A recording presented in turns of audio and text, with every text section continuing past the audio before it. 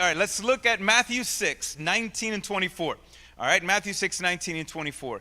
Because we're going to read a very familiar verse for some of us. If you've read the Bible, you've read the Gospels a lot, I guarantee you've heard this one before. We're going to look at it in context. It's going to be fun. And if you haven't, oh man, you're gonna be in for a treat. So let's look at Matthew 6, 19, starting in verse 19 through 24. Jesus is talking, and Jesus says this: "Do not store up for yourselves treasures on earth, where moth and rust destroy, and where thieves break in and steal. But store up for yourselves treasures in heaven, where neither moth nor rust destroys, and where thieves don't break in and steal. For where your treasure is, there your heart will be also. The eye is the lamp of the body. If the eye is healthy, your whole body will be full of light. But if your eye is bad, your whole body will be full of darkness. So if the light within you is darkness, how deep is that darkness? No one can serve two masters, since either he will hate one and love the other, or he will be devoted to one and despise the other. You cannot serve both God and money." All right, familiar with that one for some of us? Maybe? All right, so let me tell you a story really quick about, this happened to me, all right, true story, happened, I think it was last year, if not within the last 15 months. And so here in this building, this is our offices for a lot of our staff, and I'll come in and do some study, do some meetings throughout the week. And in one of those, I was the last one to leave, all right? It was still around maybe 5, the sun was still up. And I was in one of the rooms, and it was pouring down rain. So it was one of those typical, like last night, I mean, here in Florida, we had a crazy storm. I don't know if you guys slept through it or not, but it was, where I was, it was bad. So it was one of those torrential downpours, typical Florida rains, right? And so I'm getting my stuff together, and I'm hearing singing. Now, granted, I'm the only one in the building. I'm hearing singing, which is already freaking me out, all right? And so I kind of peek around the corner just suspiciously because I hear it sounds coming from outside. And so I look, and there is someone out on the porch right over here, and I could tell it was a homeless person right away. So this person was trying to get out of the storm and just singing at that. So I was like, interesting. And so I had to go. And so obviously I got all my stuff together. I locked up, I opened up, and I introduced myself and started talking to her. And she was an older lady. And just trying to see, how are things, if she's okay, if there's, if she was in any danger, if she needed anything. And so I'm casually talking, and she said, well, actually, if you could do me one favor, I would love it if you could take me to the Publix down the street. So for those of you online, they're literally just outside. It's a 30-second drive, all right? So the one to the right. And so I'm looking, and I'm being very, analyzing, she has a backpack, and there's a couple other things. And so I was like, look, I don't know you, all right? And so I'm looking at the scenario, I'm checking her out. I'm like, all right, she looks like, I don't know, maybe, $120, right, 120 pounds or so. It's, all right, I think I could take her just in case, all right? So I'm thinking all these things in my head because I don't know. I don't know what this girl is, and some people can be really deceptively strong, all right? And so I don't know. So I get it. So we get in the car, and I'm in my side, right? She gets in the front. I immediately, all right, I want to see where she puts her backpack, so I'm very observant. And so we drive down, and because it's this little tiny road, I did not put my safety belt on. And in fact, I don't know if I'm embarrassed to say this, I also was like all the way to the left. Like I was like my hip was on the door. Because at any moment, if I see gun, gone, all right? I mean, I was ready to bail, let her have the car, and I didn't know, because I'm thinking, I was like, I just want to be okay. So I'm doing all of this, thinking of how to survive, while talking to her about Jesus at the same time. So I'm able to have two conversations. So I'm asking her about Jesus and this and that, and she already sounded like, it was an interesting rapport. And so, I'm thinking, okay, she's fine, she's okay, everything's going to be good. And then I calmed down, right? Because, again, you just never know. But I calmed down, and I really started kind of seeing and talking to her and encouraging her. And it was a good talk. So when we got back to the end, and I was, helping her to understand if she knew she was saved. And so I'm chill now, all right? So my guard is officially down. And so we're right there in front of the parking lot, right there not at the parking lot, but we're in the parking lot right at the store. And I just wanted to pray with her. And she's like, yeah, you don't mind. So I prayed with my eyes open, though. And so I prayed because, again, what if, sucker punch, you just don't know. That's where my mind is going. And so it was really hard, all right? And so I'm just praying, and I'm praying with her, and it was good. And so when I finished and said amen, she came out like this to give me kind of like a handshake or whatever. And I go and give her a handshake. And I'm like, thank you so much. And she grabbed my hand and said, now give me $10. Like that, her voice changed. And I looked at her, and I'm still like, where's her backpack? All right. And so I'm holding her hand. I'm like, ma'am, I don't have cash, which I didn't. All right. And so I was like, it's okay. No worries. And then she just walked off. But I'm like, so for a minute, I thought I was going to get robbed. All right. So I don't know. And so I've never been robbed before. So I don't know if you've ever experienced that. I've been cheated out with some online purchases or whatnot. But I bring that story up because we got to make sure that our guard is up, healthy, in a healthy way when it comes to our relationship with money, all right? So we've been doing this series called what? You Don't Complete Me, right? And we've been looking at people this whole time. Our healthy relationships with people. Knowing that God created people to complement us, to add value to our life, but not to, only Christ can truly complete it, all right? Only Christ can truly complete it. So we talked about marriage, how that looks like, parents and kids, how that looks like. We talked about work last week, how that looks like, singles, how that looks like. And so, but today though, we're gonna look at having a healthy relationship with money. Because if you don't have a healthy relationship with money, then that is going to rob you of a healthy relationship with Christ. And so your guard needs to be up in a healthy way. And so that's what we're going to look at. Now, the thing with this, guys, God is, we've seen this all throughout Scripture, that when it comes to your relationship with money, which is great because last week we talked about your relationship with work. And once you work, you get money. And so our relationship with money, guys, should be one of this. I want you to type it online, and you guys repeat after me. Ready? It should be steward. Say steward. Not, say this word, slave. Not that one. Our relationship with money should be one of a stewardship. Not being a slave to money, but a steward of our resources. All right? Now, do you guys understand? Steward can be a lot of different things. You know what a steward is. It's just something that's just responsible. All right? You have been given something that you have to steward. All right? It is not yours, by the way. To steward something is to know that this is not yours. And so that's why, guys, I want you to understand and see any form of money and resources, regardless of how much or little, right? You need to see this as this is not your money.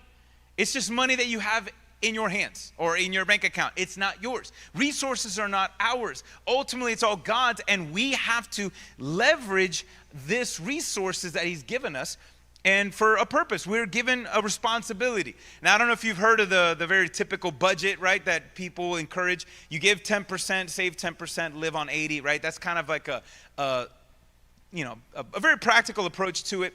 But I want to answer a couple questions before we dive into this talk that Jesus was mentioning in the Sermon on the Mount. So one question when it comes to giving and when it comes to our money, this one's a question I hear a lot. Why should I give? All right, why?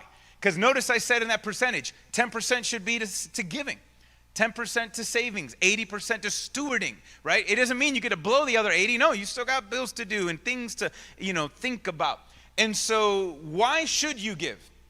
Well, I'm going to talk about that really quick. Why should you give? Well, here's the thing. Generosity guards your heart against greed. All right? You got to be careful. Generosity guards your heart against greed. It actually does something to you. Why should you give? Because it's part of growing. And so giving in any which way, when we are generous towards others, paying it forward. You ever done one of those before? Anyone ever been in a scenario in a drive-thru where it was paid forward for you? Right? That's kind of cool, right? Where the person in front of you paid for the person behind you, right? Or vice versa. You ever been to dinner somewhere and you offer to pick up the check? Or better, have you ever been and someone else offered to pick up the check? Those are the best, all right? It just made all the food just taste that much better on the back end, right? And so those are cool surprises, right? And so giving is important. Giving does change you. Now, you got to be cautious because you don't want to give with a prideful heart because, you're flexing out there on like, hey, I want to do good for you because it makes me feel good doing good things for you. Be careful, right? Obviously, it is good, right? It does feel good to do good things. But we don't do good so that we can feel good. Does that make sense? That's just a bonus. That's cherry on top. So you got to be careful with that. But why should you give? Well, it guards against generosity, guards against greed. All right, and it reminds you It's not all about you, right? When you're doing for something and buying something for someone else, it reminds you it's not about me. In fact, it also helps you as a Christian. Why should a Christian be generous? Pay attention. Listen, why should a Christian be generous? Because you reflect, and doing that reflects a generous God. Guys, think of John 3:16. What is it? For God so loved the world that what did he do? What did he do? He gave. He gave his son, so that all who trust in him will not die, but he will give what? Eternal life. Guys, when we give, it actually is a reflection of the heart of God. And so it is very important in any which way. When we're giving of our time, the 3 T's, or I've heard it for, our time, our talents, our treasures, whatever it is, when we are giving, it reflects the generous heart, the generous love of God. And I've heard this quote, I don't know who came up with it. It's, you can give without loving, but it is impossible to love without giving. That's an interesting thing, right? It is possible to give without love, but it is impossible to truly love and not give. And so love and giving go hand in hand. And so that is one of the things, and when we look at Scripture, it says, how do we love the Lord your God with all our heart, soul, mind, and strength? What's one way we love God and love others? In the way that we give. Earlier today, guys, what did we do?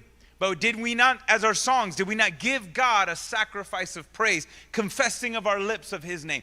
That was giving, all right? And it should be done in love, right? And so that's part of our giving, so many things. And so why should you give that one? Now, here's a good question that I don't know if you might have other people, you probably have asked this question, or if you don't know, why bother giving to the church? Because I've heard that one a lot too, as well as like when it comes to giving. Why do I give? Do I have to give only to the church, or can I give to this, or can I give that? And so really, guys, I'm here as a pastor. I'm telling you, it should be all of the above. Like, it should be all of the above. But the same meaning, you're not just called to do one thing, all right? And think that, check box, I've done my job, right? No, that's not it. Like, we're supposed to steward all of it. And so when it comes to giving to the church, here's the better question, all right? Because instead of, well, the Bible said so, that's a horrible answer. Let me give you a different one. Who benefits from you giving to the church? I think that's a better answer. And some of you guys, I don't know if you know this, and maybe it's a good reminder. Who benefits from giving to the church? Well, number one, I already told you, you do. All right, you do, in the sense that the more you are giving, as a part of your life, it does change you. It's part of discipleship, guys. It is part of growing in our heart in Christ likeness. And so you do. Another one is leaders. All right, leaders like me, leaders like there's others in this church. Some you know, some you don't know. And so there's a lot of things that go behind the scenes to be able to, not just to put on a Sunday service, because that's not that. That's the least of it. Like literally, what happens on a Sunday is the icing of what happens within the church on a day-to-day. And so, but it is an important one. And so it helps to, obviously, certain leaders to be able to dedicate themselves to do so that others, can't, and they don't have the time to. So it just helps some people serve and serve others. It helps members. Obviously, guys, there's resources that go into. Like right now, you guys online, you are watching me through what? A camera, and that was purchased not by your money, right? You think you didn't buy it. You didn't pay for the internet right now. You didn't pay for any of this stuff. I didn't even pay for this. This is a hand-me-down, all right? And so all of the buildings, the seats that you guys are sitting in, we didn't charge you to sit there. Why is it all here? Someone gave money. Someone donated at one point. Why is this building even here? People that are no longer with us, meaning in life, and people are no longer with us. There's a little bit of that legacy that is still going on, and others are getting to know Christ even though they are long gone. For years, almost 40 years that the church has been here. And so that is a lot of lives. That is a lot. I would not be here if it wasn't for people giving of their time, teaching me in Sunday school, or praying for me, or doing things, or whatever it was. And so part of the giving, guys, it helps members to be able to serve one another better. And it helps guests, right? People who are just kind of showing up. It gives them the opportunity, right? It benefits them. It benefits the poor financially as well, guys. There's times in which our own congregants that are struggling and they're going through tough times, and we're able to have the resources to be able to help them, to be able to overcome a tough season or this or that. It helps us to be able to serve the poor. We have a food pantry outside that people have spent money to be able to build, and we have a partnership with a local organization, and there are people that are getting fed every single week that would not have the money to be fed. Why? Because someone gave. You see that? And others giving of their time. So it helps the financial poor. It also helps the spiritual poor. Guys, it helps those who don't know Christ. So when we give to the church, you see there's a massive benefit. So many people benefit here. But then the other question that somebody asks is, all right, so I get it. All right, why should I give? Why should I give to the church? All right, so I see where it's going. But then how much is always a big one. How much? And this one, I hope it doesn't bother you. Actually, I hope it does. And so in a good way. If you've ever heard somebody tell you online, let's play a game. Let's play the game here, all right? If somebody's ever told you, how much should you give to the church? What have you heard? 10%. What else? Any other number? Online? What is that called? A tithe, okay? So if you've ever heard that word before, tithing is nothing but the word tenth, all right? Tithe is a tenth, and tenth is a tithe. And so there's a lot of studies and books and people and sermons out there that says you should give 10% to the church. You should tithe to your church. That's what you should do. As a good Christian, you tithe to the church. Here's a fun one, all right? Ready? There is no command in the New Testament that tells a Christian that they have to tithe.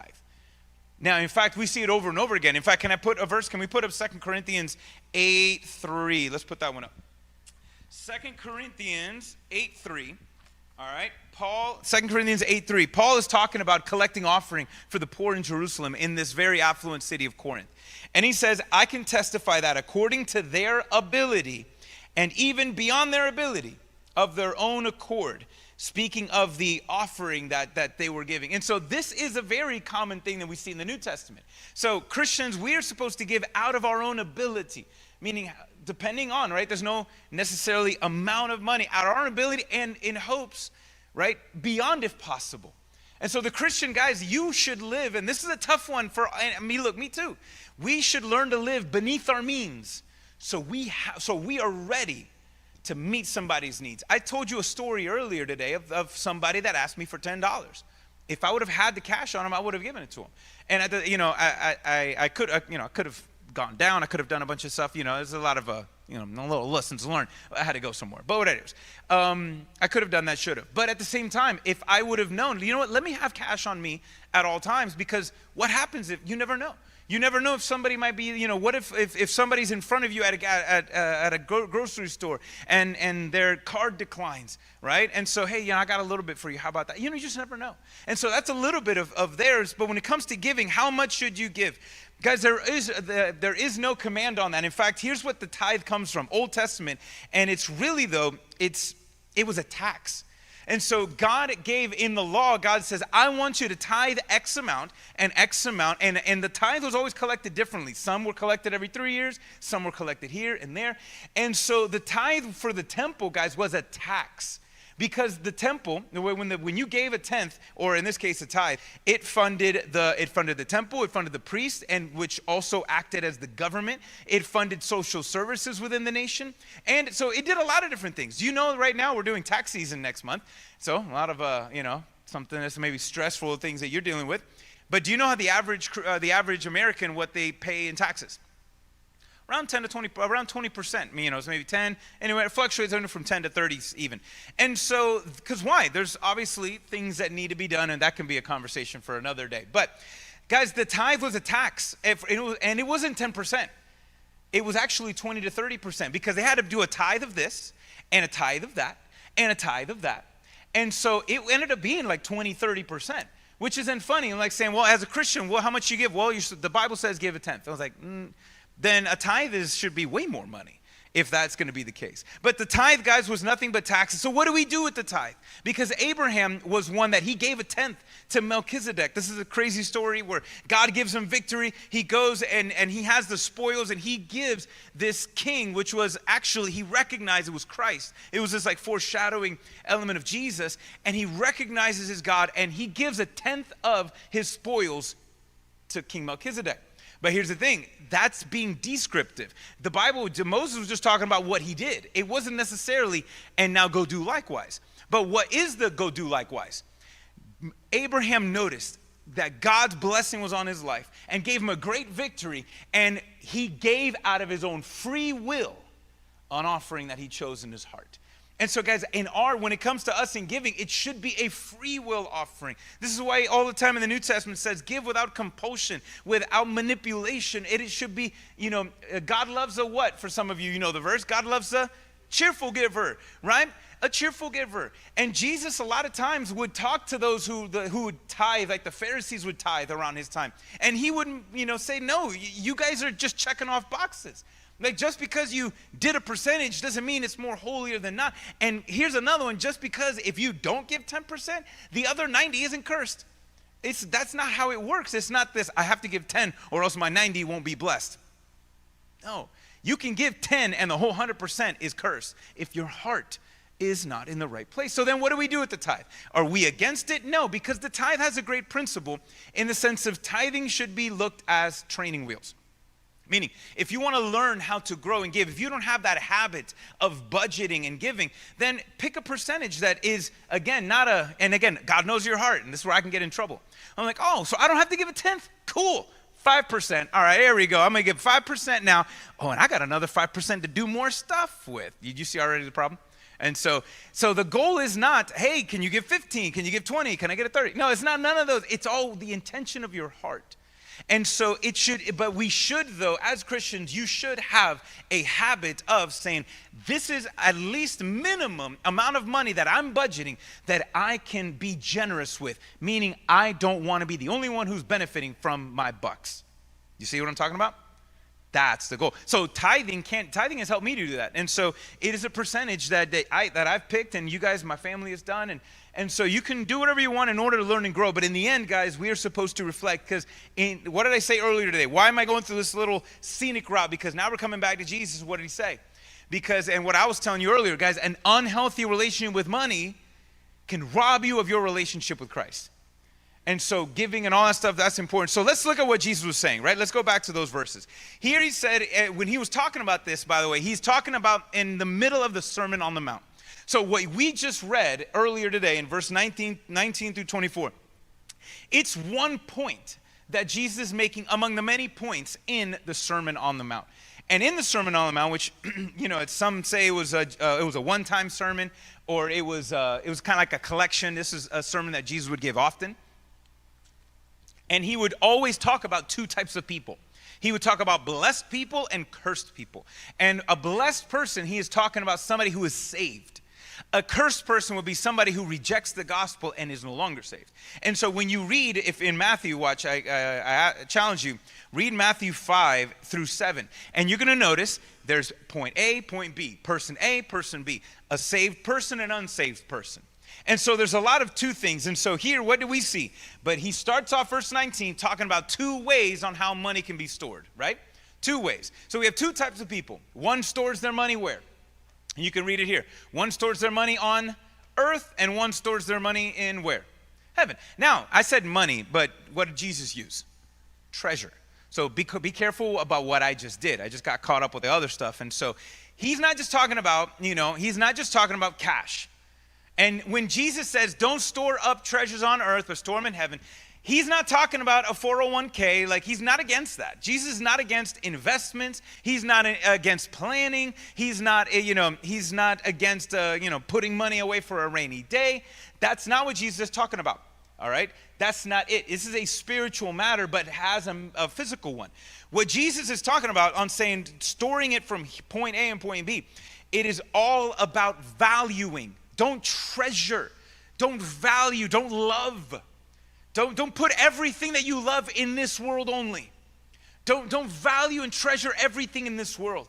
But again, store your treasures, meaning put your focus, the things that you love and treasure, on eternal things, not temporary things. I mean, he talked about this, guys, because why should we not put and value the things of this earth more than anything else? All right, here's the answer. Ready? This earth is passing away. Everything about this, like, there's a lot of these things that aren't coming with us. They're not going to go with us when we walk into an eternity with Christ. And so there is a temporary timeline there, to an element of you got to be cautious, because there's good things in this world. Like I said earlier, there's nothing wrong with being able to save up to have a vacation house, or maybe some of you guys want to retire, go on this epic trip. That's all good things, all right? You want to, leave a financial legacy for your family one day? Better, all right? That's a good thing. But again, that's not the most important thing. Do you see what I'm saying? I guess when you go grocery shopping, right now, let's be honest. If you had right in front of you, you had 2 gallons of milk in front of you and you needed milk. One is expiring tomorrow and the other one's expiring in 3 weeks. Which one are you going to grab? The one in 3 weeks, right? Obviously. You're not going to go, oh, okay, yeah, I like mine a little spicy, so I'm going to get the one for tomorrow, all right? And a little fermented, right? Give you a kick in the morning, right? You're not going to grab that one. Each and every one of you would naturally grab the other one, right? That's what we would do because we want the one that's going to last longer. And so here Jesus is pointing 2 things in front of you. There's this world, and then there's something outside of this world. Now, when he says heaven, guys, you know what he's really talking about? Himself. Heaven is only heaven because God is there. All right? And the love of God is there. That's what it is. And so he's talking about him. And so don't treasure the things of this earth. No, don't treasure creation. Treasure the Creator more importantly. And so that's an important thing because, again, there's a time stamp to this. And so, again, he's talking about what we are valuing and loving most. So when he says, don't store up here, meaning don't love this so much, but put your true value. This is worthy. This is valuable. The things of this earth. And guys, what goes with us? What will follow us when we go past death and into eternal life? Number 1, you. And number 2, people like you. All right? People like you. And I'll give you a third one. The deeds that you've done will actually follow you to a certain extent. And there's, that's an important thing. And so Jesus talks about 2 ways of storing, and then he gives a little analogy, 2 ways of seeing.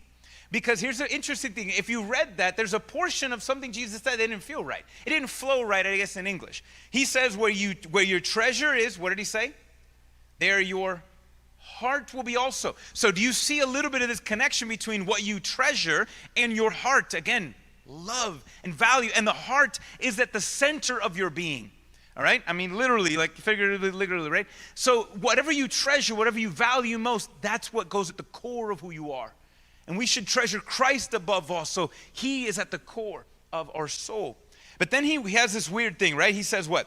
For where your treasure is, there your heart will be also. Verse 22, he says, the eye is a lamp of the body. Wait, what are we talking about?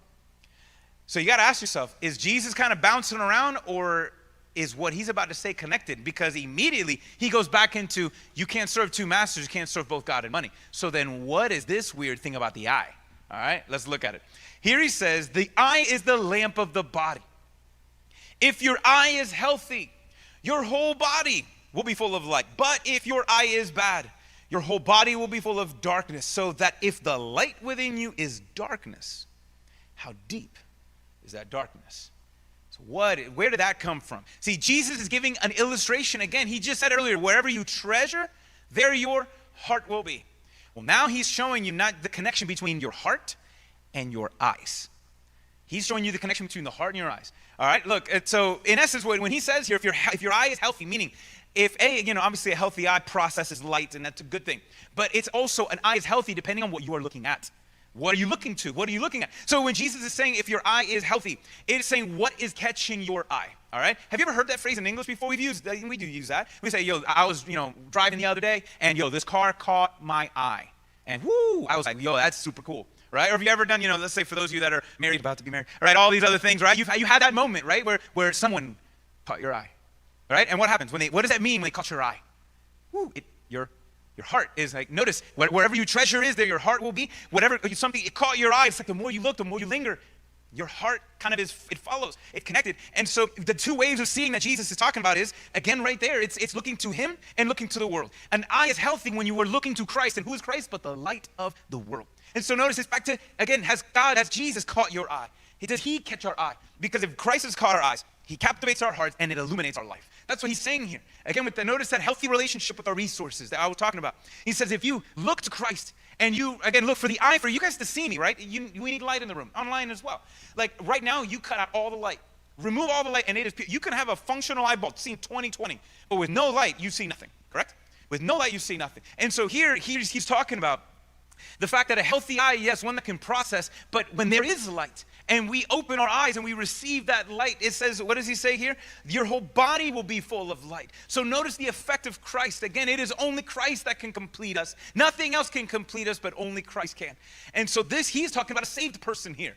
Someone who is not looking to this world as a savior. He's not looking to this world for fixes or for highs or for anything else. No, they look to the savior of the world, to Jesus, to be able to find that life. But then you have the other one, right? What's the other kind of eye? He said we have a healthy eye, and what's the other one? A bad one. And what is a bad eye? A bad eye can't process light, right? And that's what blindness, every time in the Old Testament, in the New Testament, even the Old, blindness can signify, guys, listen, disbelief. And it could symbol wickedness, but there's a lot in there. And so here, if God, and not God, if the world catches our eyes, if the world has caught our eyes, it doesn't captivate our heart like Christ does. No, it holds our hearts captive. It enslaves us. And instead of illuminating our life, what did Jesus say here? It makes it dark. And there was a weird sentence in English where it says, and let me see, where was it? The light. Oh, so if the light within you is darkness, how deep is that darkness? And so in this case, he's talking about, somebody who hears the truth of God, but yet refuses to believe it. How much more? How much more? That's like me right now, or you right now, you just close your eyes. And if you close your eyes, what? You can't see me anymore. But there's enough light in here that if all you did was open up your eyes, you would see me. But if your eyes remain closed, there's no amount of light that can help you to see, right? And so there's that stubborn heart that matters here. So here's again, Jesus is talking about the two types of people. And then he's referencing the things that we love most. Right? Do we look to Christ or do we look to this world? But then he talks about two ways of saving, two ways of seeing, and then now he ends with what? Two ways of serving. Right? Two ways of serving. Let's look at that verse again. So immediately after this conversation of the good eye and the bad eye, what does then Jesus launches back into what he was talking about? Remember the whole sentence, where your treasure is, your heart will be. And how do you know what you treasure? What catches your eye? What do you look to? What do you look at most? What stirs your heart? This is kind of, you can know this, guys, and what do you treasure most, and what are the things that you are looking at and thinking about, what fills your heart and mind most? And then Jesus says, no one can serve what? Two masters. Now, think of masters, we're connecting that again with treasures, okay? So watch. No one can serve two masters, since either he will, what? Hate the one, love the other, or he will be devoted to the one and despise the other. You cannot serve both God and money. All right? You can't serve both. You can't serve two masters. You can't do that. And so back to this, right? Let's look at this. And so what Jesus is talking about again is a divided person. This is a divided person. Or if I can even use another one, what is division but at least double vision? Right? What was he talking about before? A good eye and a bad eye, right? And so we have a divided person. What is a divided person? Because a divided person is someone who their eyes and their heart aren't locking in. It's a little different. Their eyes and hearts aren't locked in. They can't. It is impossible, Jesus says. You cannot, again, serve, and this in the case of love. The service is an act of service. It's an act of love here. He's all talking about the same thing. What you treasure, there your heart will be. And wherever your heart is and whatever you treasure, that's you're going to worship and serve. That's what you're going to do. In fact, Jesus, I'm remembering now, that was the final of the three temptations of Jesus, talking about he was fasting for 40 days. At the end, the devil says, one last attempt. And he says, if you would just bow down and worship me for a second, I'll give you the kingdoms of this earth. Like if it was his to give, right? In fact, the Father had already promised to do that already. If throughout the prophecies, it says the Father said, I will give you the nations. And so the devil's like, I will do it. I'm the ruler of this world, right? Whatever. And so if you worship me, and then what does Jesus' response says? You shall serve the Lord your God only. And not, the devil didn't ask him to serve him. The devil just asked to worship. But why did Jesus say, you shall only serve the Lord your God? Because Jesus knew what you worship, you will serve. What you worship, you serve. What you love, you will serve. What matters most to you, you will serve. And so this is why this is a tough one. Because in the end, the love of money is not so much the love of money, it's really the love of you. Right? And that's the problem, by the way. The scripture says it's not money is the root of all evil. The Bible verse says it is the love of money. It is the love of money that is the root of all evil. Is money more? It's you. You love you too much. You love you too much. You look at money and you say, well, this is going to do this for me and give me this and give me that, versus God. And so this is why it is so important, guys, because you can think, oh no, it's just money. No, if you worship it, you will serve it. And if you are serving money, guess what you are now? A slave. If you are serving money, you are a slave to it. You're a slave to yourself. Versus being a steward is different. A steward, now you can use money to serve others, right? That's what we've been talking about. You can use money to serve God, but you can't follow God and money at the same time. It's really you. You can't follow God and yourself at the same time, because what are you going to do? What is the ramification? Oh, and Jesus just warns us, if you try, this is what's going to happen. What's going to happen if you try, guys? You're going to do what? You're going to love one, hate the other. It's impossible. So, for example, this is a fork in the road moment. Can we put a little picture here so you can see it? This is what Jesus is talking about, all right? This is a fork in the road. You are walking down in your life and you have a choice, A or B. Are you going to go to the left? Are you going to trust in me? Or are you going to continue to follow and trust in yourself? This is, the Sermon on the Mount is a fork in the road. It's a fork in the road sermon. Will you trust in me and be saved or not? And guys, look at this. I want you to look at this picture. All right? Again, can you follow both roads at the same time? Impossible. You're going to drive on one and now you can look to the other, but you can't be on both roads at the same time. That's what it is. And so you can come back. And so, guys, that's what Jesus is talking about. It's like there is a fork in the road moment for all of us every single day. We choose, Moses would tell the Israelites to do what? Choose, I have two options before you. Choose life and not death. Choose life and not death. And life means him. To trust in him, and to do anything else is to trust in yourself. It's not going to work out the same. And so this is a divided person, guys. It doesn't work. And so again, think about it this way.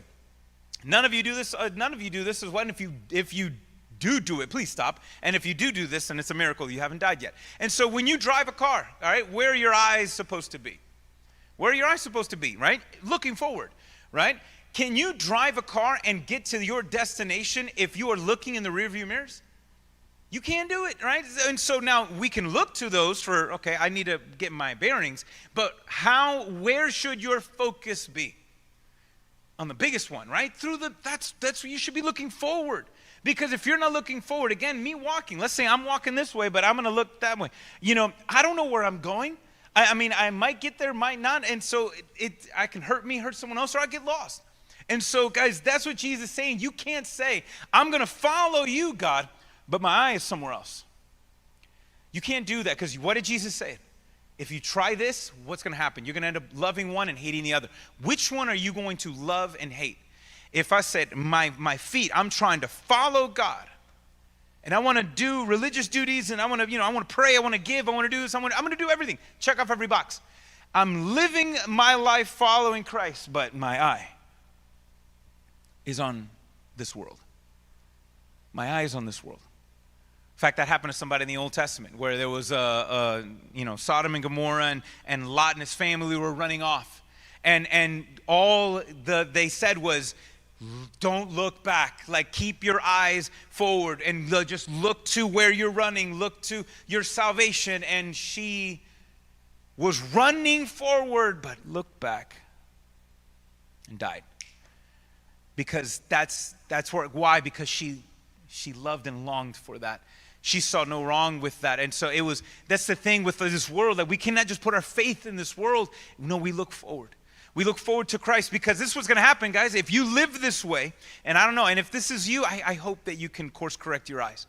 Because I know a lot of people, and this has happened to me, and this is others as well.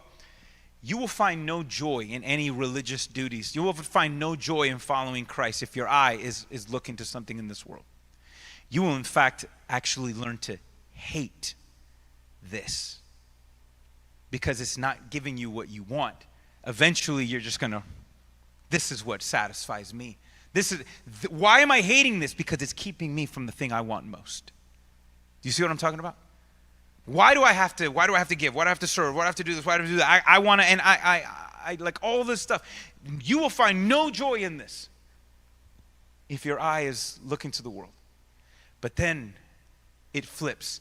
Because if you are devoted to Christ, when your eyes are on him, when you realize that there is nothing and no one better in this world, now the very same things that you were doing, now there's life there, now there's joy, now there's enjoyment, because you are not you're doing it for the right reasons, and really it's just an overflow of the love of God for you. When he has your eye, when you treasure him. This is why Jesus would say, seek first the kingdom. All the same thing. He's just putting what matters most. What matters most is him. And so when you do that, now when you look back at anything else that might catch your eye, the more you grow in the love of Christ, the more you will grow to hate the very things that will pull you away. That's called the fear of the Lord. The fear of the Lord is to grow in a love for the things that God loves and hate the things that God hates. Because the more you do that and your eyes are on Christ, you're not checking off a box and you're not doing something so that he can make you feel better or do better or give you something else. No, you are following him and treasuring him even if he did nothing for you other than forgive you of your sins. Why? Because of his goodness and what he did on the cross. And so the more you do that, the more you just put your eyes on the cross and your eyes on the love of Christ. What did he say? The whole body will be full of light. The whole body will be full of love. And then you're going to look back, and anytime there's a moment, you're going to learn to despise the very thing that pulls you away from him. Now, it doesn't mean that you'll be sinless, but in those moments when you do surrender and you do give yourself to this, and you might find yourself hating it in the moment or hating the after effect, then you run back to Christ. But ultimately, a saved person grows to hate this. That's what a saved person is. If there is hate and you despise things that pull you away, that might not be a good feeling for you, but you're saved. God has awakened something in you. And you want to learn to the point that you're running this way and trusting in him more and more, because you can't do those two things. And it comes in all of it, guys, cumulative. It comes in cumulative when we come to live our life in this way, because, again, if God has caught our eyes, right, where your treasure is, or your heart will be, and wherever your heart is, you're going to follow your heart, right? You ever heard that advice before? Follow your heart. I would argue and say, wait, where are your eyes? And then I'll tell you whether you should follow your heart. Because if your eyes are on Christ, your heart will follow, right? Your heart will be there. Now you're following him. You're not following your heart or emotions. No, you're following because you're treasuring the thing. You're treasuring him above all.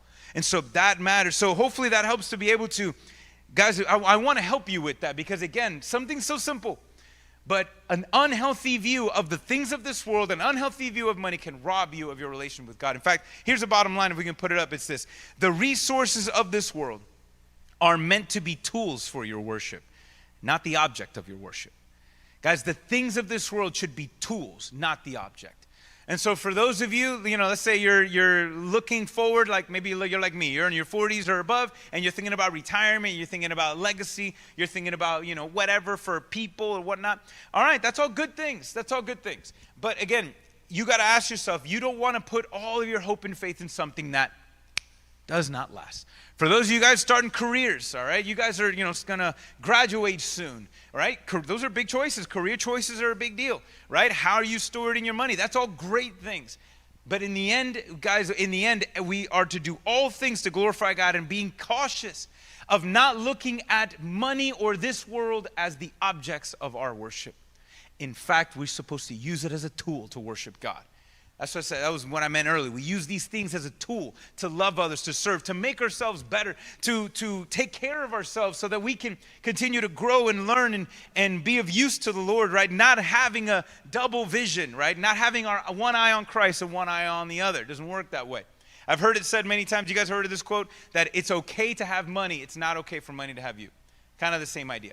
All right, it's okay to have money. It's okay to have money in the bank. It's okay to have a little bit more than others. Again, but does it have you? Because I know a lot of poor people.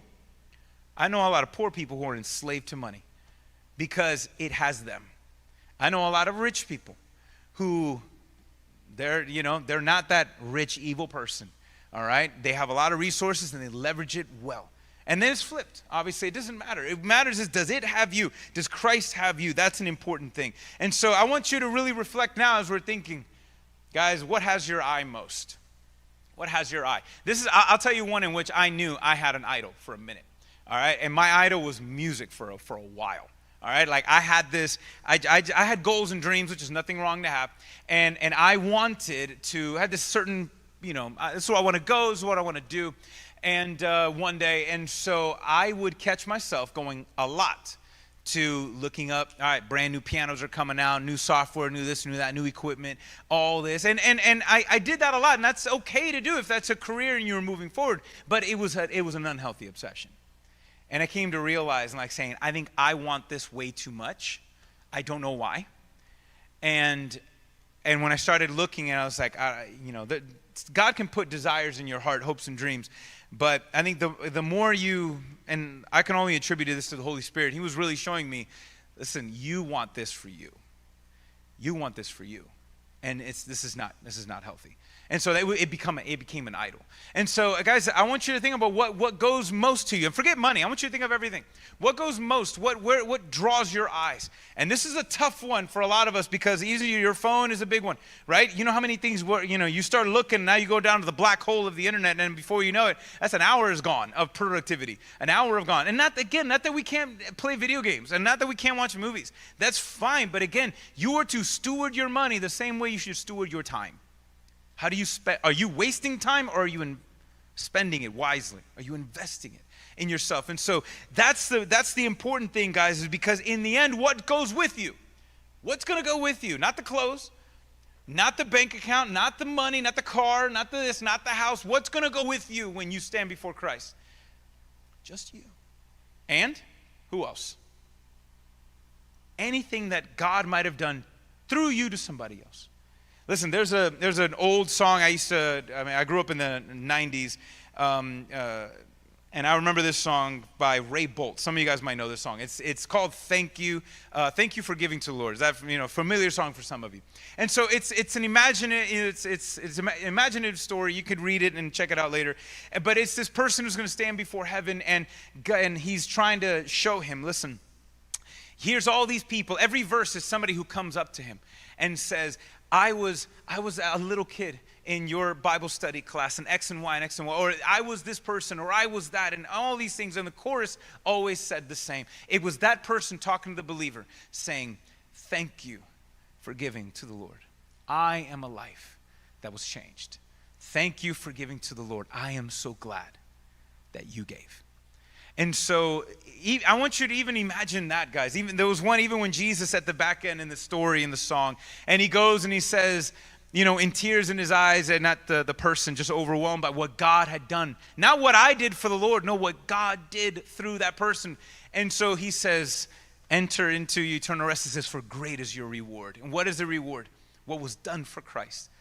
Guys, I have a quote in front of my office, and where I look at it, it's from C.T. Studd, and he says, "There's the only things that not much will last in this world, but the only thing that will last is what was done for Christ, what was done for Him.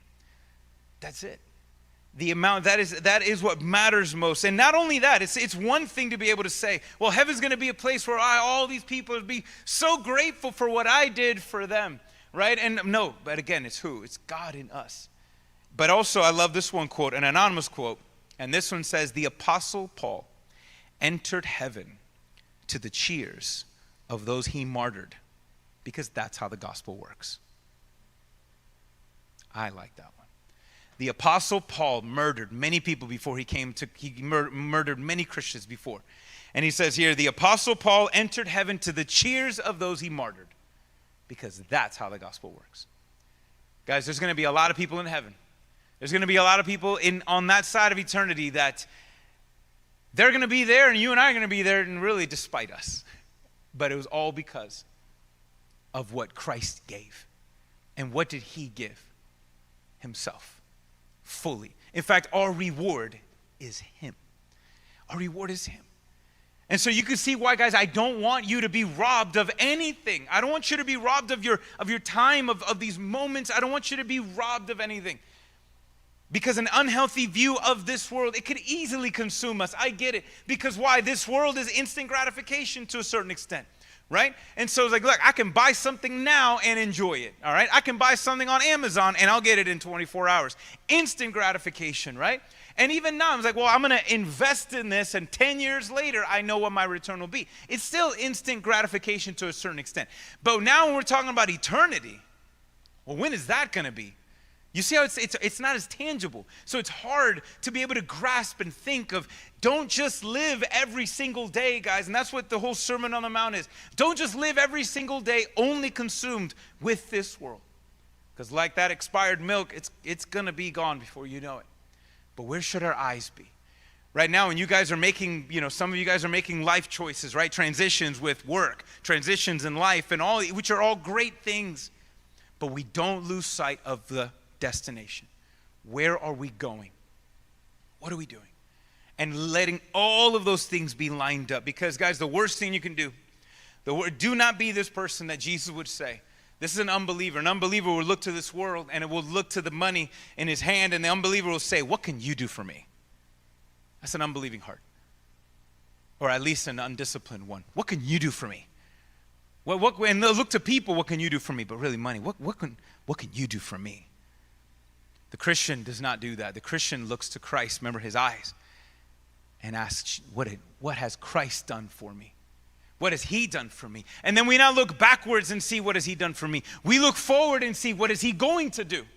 What is he going to do? He's going to raise us up and bring us home. This is where our eyes should be. And now when our eyes are on Christ and realizing in full of joy, knowing, what has he done for me? What is he doing for me? Now you can look at your resource and say, what am I going to do with you? Not what can you do for me, but what can I do with this?